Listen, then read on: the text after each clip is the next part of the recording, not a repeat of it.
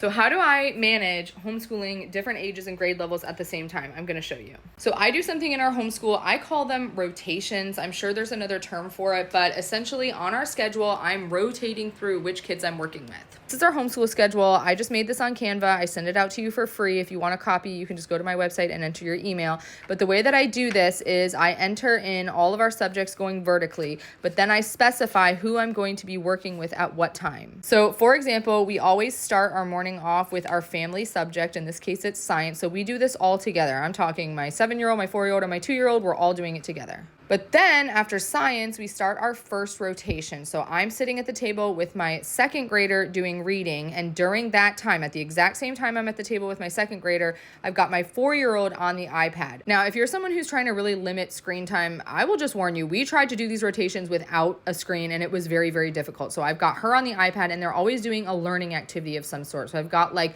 all these different apps here that we're using for them to do while they're on the iPad. And after I'm done working with my 2nd grader, we're going to flip. So now I'm going to work with my 4-year-old who was just on the iPad. We're going to work one-on-one with her kindergarten work.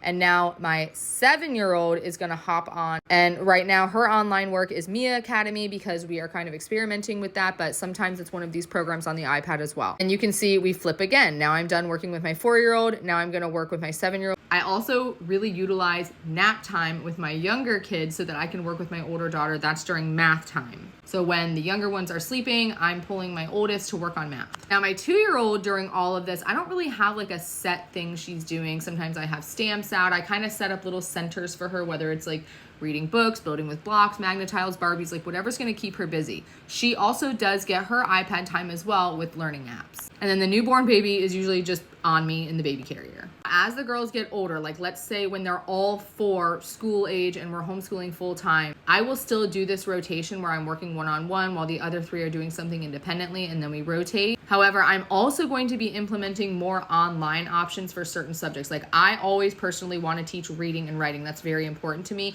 But subjects like science and social studies and even math, I'm exploring other options for that as well. Doing those online so that I have a chance to work one-on-one with my other kids. I feel like that's going to be important as they get older. This is what works for us personally. Let me know in the comments if you have any questions about this because there are some curriculums out there too that are family style where you can do every single subject together, but I haven't found one that's super reliable yet.